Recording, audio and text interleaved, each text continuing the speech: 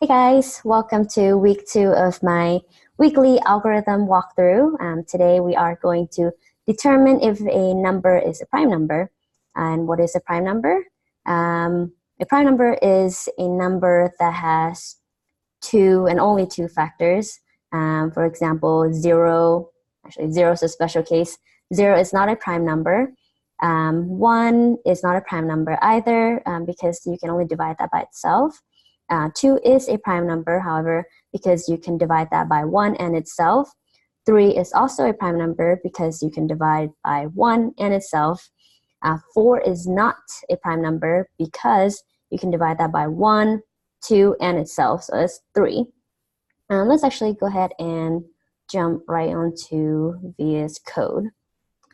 So I have my function here called isPrime, and as we said, if the number equals to 2, then we want to return true because that is a prime number. And notice I am using the triple equal sign here so that it will check the value and the, the type. And this one, if number is less than 2, so 0 and 1, we also want to return false. And if the user inputs anything other than the number, so if they input a string or Boolean, we want to return false as well. So if number dot integer, pass in num. And one last thing here. So all even numbers are not prime numbers except for 2. So we can go ahead and check that 2 here to return false.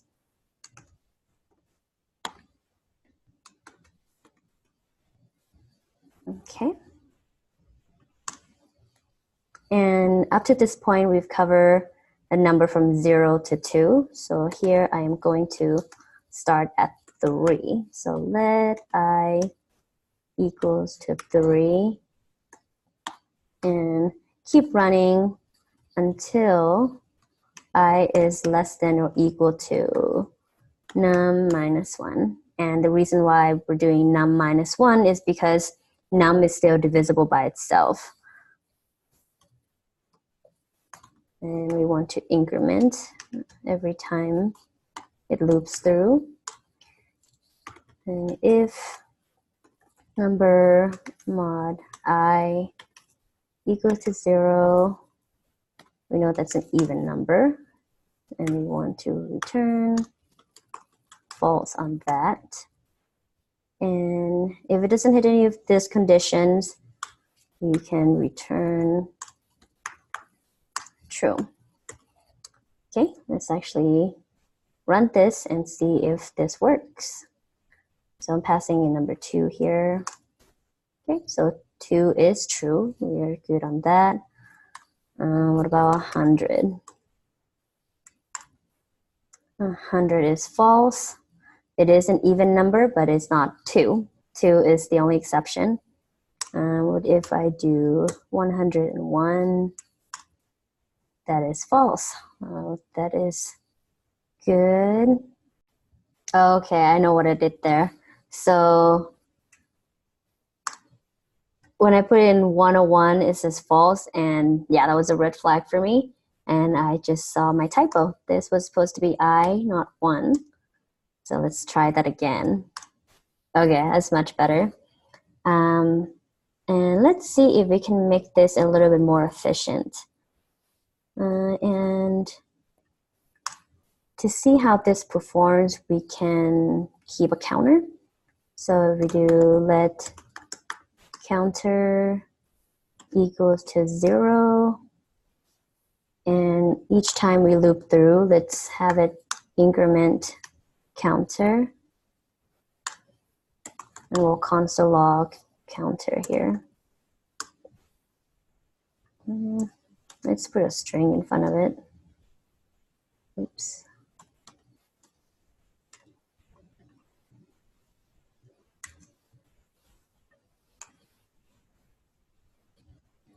Okay, so let's see how efficient or how inefficient this is. So if you pass in 101, it's going to loop through 98 times until it spits out the answer. We can actually cut this down in half by skipping all the even numbers since we already have a check up here. So let's give this a save and see if that will help. All right. So by skipping all even numbers, that cuts it down in half. But there's actually a better or more efficient way to do this. I found the answer online. And basically, if number is x times y, so if number is the product of two factors, if we try to solve for x, we know x and y could be equal or one is less than the other. So if we do x less than or equals to y, so that's the representation of that.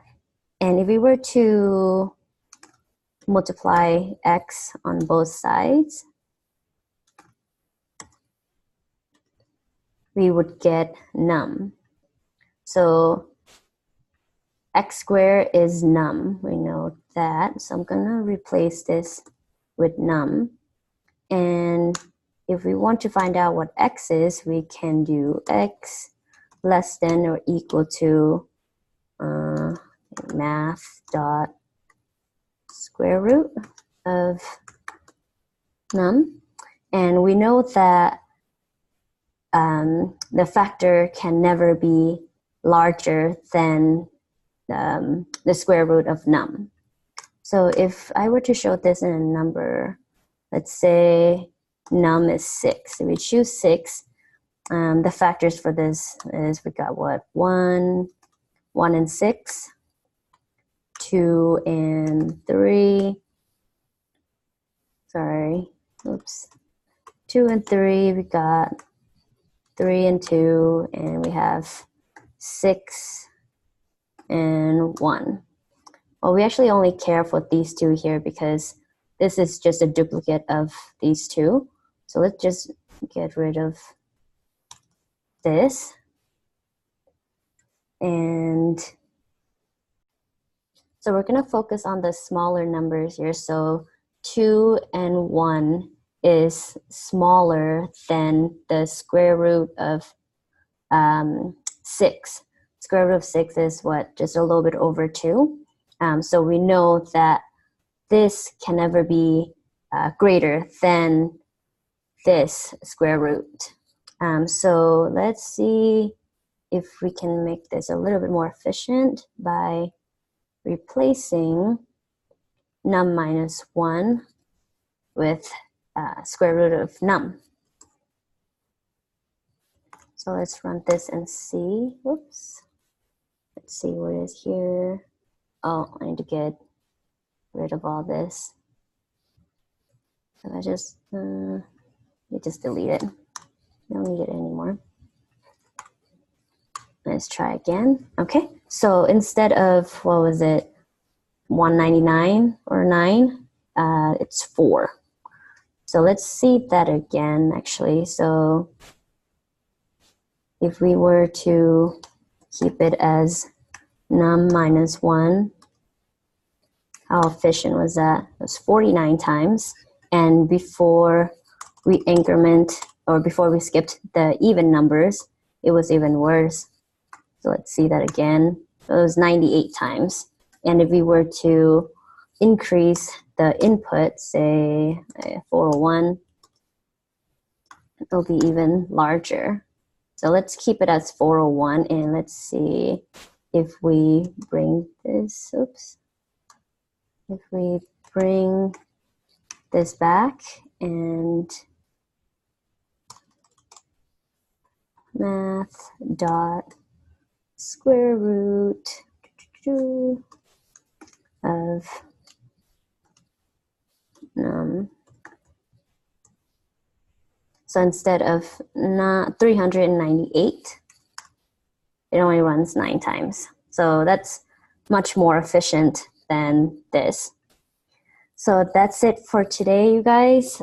It is 3:30 in the morning on a Monday night. So I'm gonna go to bed, get some rest for tomorrow. If this is helpful, please let me know in the comments, or actually if there's something that I should cover, or if I'm going too fast or slow, please let me know in the comments. I'm also very active on Instagram. You guys can hit me up there. And that's it for today. Thank you for watching. Bye-bye.